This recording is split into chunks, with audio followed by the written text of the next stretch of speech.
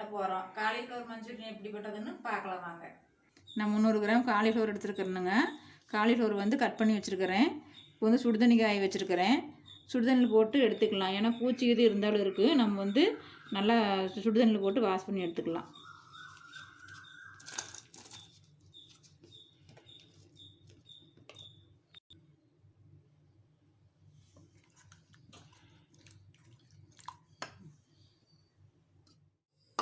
Cauliflower வந்து சுத்தமாக தண்ணியில் கழுவி எடுத்து வச்சுக்கணுங்க. இப்போ வந்து நம்ம காலிஃப்ளவர் வந்து பொரிக்கிறதுக்கு நம்ம வந்து மாவு கலக்கலாம். காலிஃப்ளவர் வந்து சுத்தமாக சுடுதண்ணி ஊற்றி கழுவி சுத்தம் பண்ணி வச்சாச்சுங்க. இப்போ வந்து நம்ம வந்து காலிஃப்ளவர் பொரிக்கிறதுக்கு ரெடி பண்ணிக்கலாம். ஒரு பாத்திரம் எடுத்துக்கலாங்க. கார்ன்ஃப்ளவர் மாவு வந்து 2 ஸ்பூன் போட்டுக்கலாம்.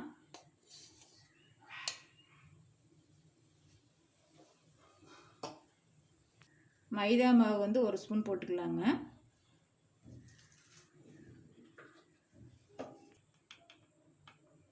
மிளகாய் பொடி 1/2 ஸ்பூனு.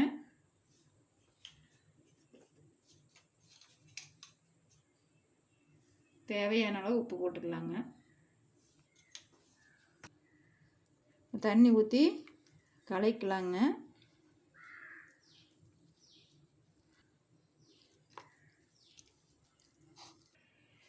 பாருங்கள், கரைச்சாச்சு. நல்லா இட்லி மாவு பார்த்து இப்படி கரைச்சி ஊற்றி கலக்கலாங்க.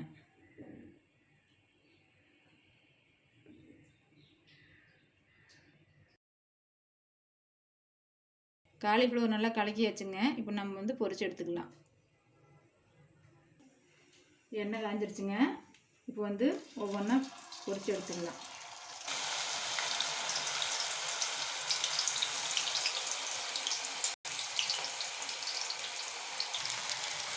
காலிஃப்ளவர் வெந்துருச்சுங்க. நம்ம எடுத்துக்கலாம்.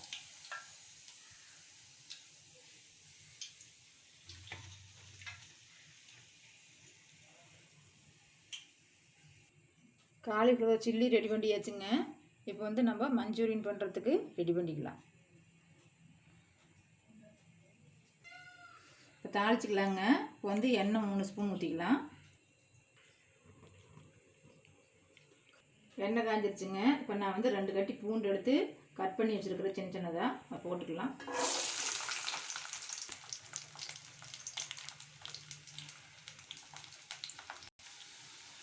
பூண்டு போட்டாச்சுங்க. இப்போ இஞ்சி ஒரு துண்டு எடுத்து சின்ன சின்னதாக கட் பண்ணி போட்டிருக்கிறேன். போட்டு வதக்கலாம். பெரிய வெங்காயம் 2 பெரிய வெங்காயம் எடுத்து பொடியை நறுக்கி இருக்குதுங்க. அதை போட்டுக்கலாம்.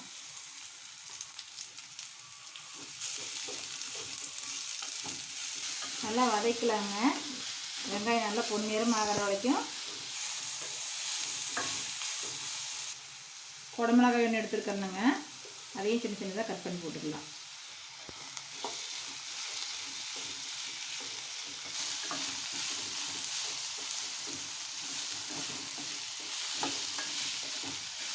பாருங்கள், இஞ்சி பூண்டு பெரிய வெங்காயம் குடமிளகாய் எல்லாம் நல்லா வதங்கிருச்சு. இப்போ வந்து நம்ம டொமாட்டோ சாஸ் ஊற்றிக்கலாம். Tomato sauce 1 ஸ்பூனுங்க. சில்லி சாஸ் வந்து சின்ன ஸ்பூனில் 1 ஸ்பூனுங்க. சோயா சாஸ் வந்து ஒரு 1/2 ஸ்பூன் ஊற்றிக்கலாங்க.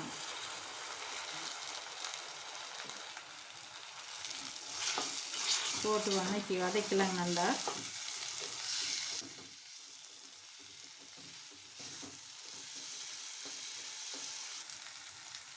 உப்பு போட்டுக்கலாங்க.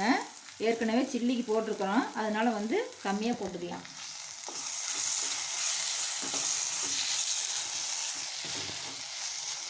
சாஸ் உப்பெல்லாம் போட்டு நல்லா கலக்கியாச்சுங்க. இப்போ வந்து நம்ம காலிஃப்ளவர் எடுத்து கொட்டிக்கலாம். நல்லா கலந்துக்கலாங்க.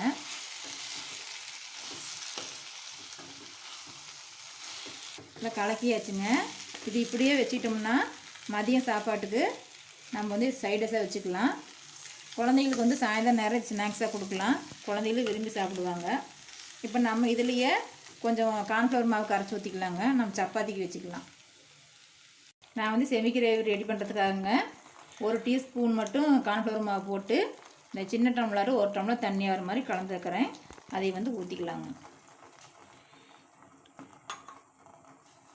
ஊற்றி நல்லா கலந்துக்கலாம்.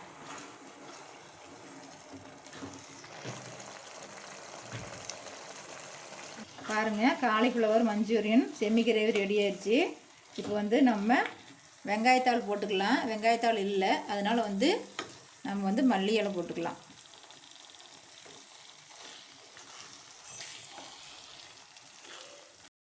இப்போ இதை வேறு ஒரு பாத்திரத்தில் மாற்றி வச்சுக்கலாமுங்க. காலிஃப்ளவர் மஞ்சூரியன் ரெடி ஆயிடுச்சுங்க. இதை நம்ம சும்மாவும் சாப்பிட்டுக்கலாம், நம்ம சப்பாத்தியோடு வச்சு சாப்பிட்டுக்கலாமுங்க.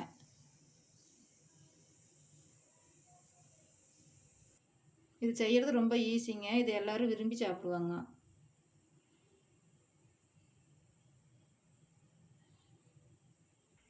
நீங்களும் இந்த மாதிரி வீட்டில் செஞ்சு பாருங்கள். எல்லோரும் நல்லா விரும்பி சாப்பிடுவாங்க. இந்த வீடியோ உங்களுக்கு பிடிச்சிருந்துச்சுன்னா லைக் பண்ணுங்கள், ஷேர் பண்ணுங்கள். நம்ம ஊர் கைப்பக்குவத்துக்கு சப்ஸ்கிரைப் பண்ணுங்கள்.